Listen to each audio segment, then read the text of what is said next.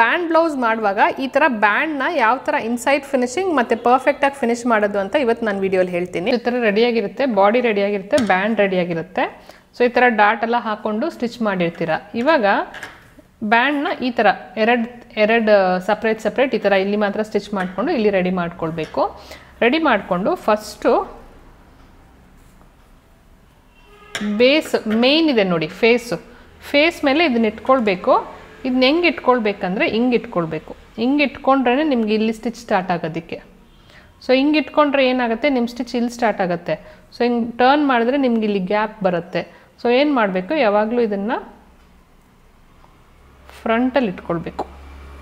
ಫ್ರಂಟಲ್ಲಿ ಇಟ್ಕೊಂಡು ಇಲ್ಲಿಂದ ಇಲ್ಲಿ ಸ್ಟಿಚ್ ಮಾಡಬೇಕು. ಸೊ ಹಿಂದ್ಗಡೆನೂ ನೋಡಿ ಈ ಥರ ಇರುತ್ತೆ. ಸೊ ನಾವು ಸ್ಟಿಚ್ಚು ಇಲ್ಲಿಂದ ಹಾಕಬೇಕು. ಆ ಟ್ರಯಾಂಗಲ್ ಥರ ಇರುತ್ತೆ ನೋಡಿ, ಅದು ಬಿಟ್ಬಿಟ್ಟು ಹಾಕಬೇಕು. ಯಾವಾಗಲೂ ಬ್ಯಾಂಡು ಕೆಳಗಡೆ ಇಟ್ಕೊಂಡು ಬಾಡಿನ ಮೇಲೆ ಇಟ್ಕೊಳ್ಬೇಕು. ಇಲ್ಲಿ ಸ್ಟ್ರೈಟ್ ಇದೆ. ಸೊ ಇಲ್ಲಿ ಬಂದ್ಬಿಟ್ಟು ಇಲ್ಲಿ ನಿಮಗೆ ಹಿಂಗೆ ಸ್ಟ್ರೈಟಾಗಿ ಸ್ಟಿಚ್ ಮಾಡ್ಬೋದು. ಬಟ್ ಇಲ್ಲಿ ಕರ್ವ್ ಇದೆ, ಇಲ್ಲಿ ವಿ ಶೇಪ್ ಇದೆ, ಇಲ್ಲಿದೆ. ಸೊ ಇಲ್ಲಿ ಬರ್ತಾ ಏನು ಮಾಡಬೇಕು, ಈ ವಿ ಇಲ್ಲಿ ಬಂದು ಸ್ಟಾಪ್ ಮಾಡಬೇಕು. ಅವಾಗ ಏನಾಗುತ್ತೆ, ಈ ಚಿಕ್ಕ ಟ್ರಯಾಂಗಲ್ ಆಚೆ ಕಾಣಬೇಕು. ಸೊ ಇಲ್ಲಿ ಸ್ಟಿಚ್ ಮಾಡ್ತೀನಿ ನೋಡಿ. ಸೊ ಎಷ್ಟು ಅಲವೆನ್ಸ್ ಬಿಟ್ಟಿರ್ತೀವೋ ಅಷ್ಟು ಸ್ಟಿಚ್ ಮಾಡಬೇಕು.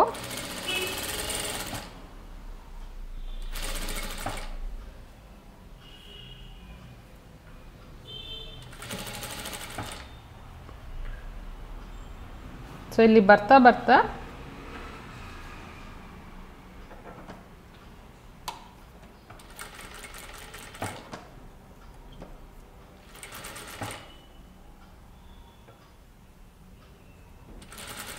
ನೋಡಿ ಆ ವಿ ಶೇಪ್ಗೆ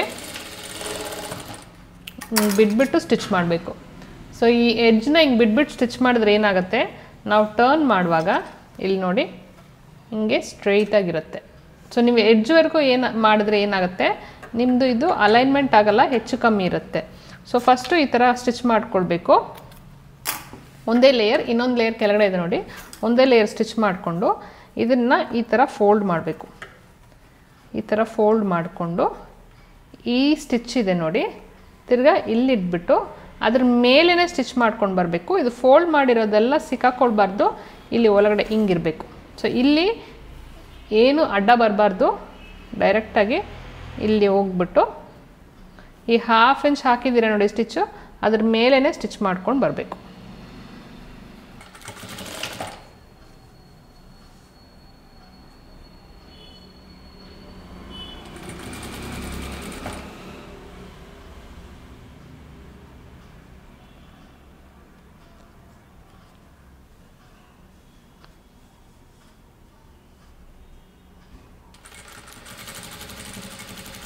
ಸ್ಟಿಚ್ ಮೇಲೇ ಹಾಕಬೇಕು.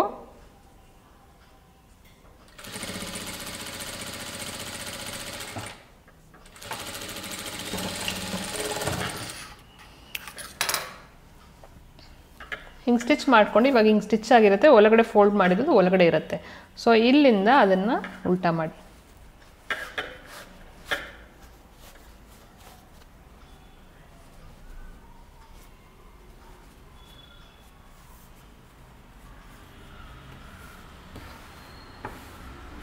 ಇದನ್ನು ಉಲ್ಟಾ ಮಾಡಿದ್ರೆ ನೋಡಿ ಬ್ಯಾಂಡ್ ಎಷ್ಟು ಕರೆಕ್ಟಾಗಿ ಬಂದಿದೆ, ಬಾಡಿಗೆ ಬ್ಯಾಂಡ್ ಕರೆಕ್ಟಾಗಿದೆ. ಈ ಎಕ್ಸ್ಟ್ರಾ ಇದು ಬಿಟ್ಟಿರ್ತೀರಿ ನೋಡಿ ಹಿಂಗಿರುತ್ತೆ.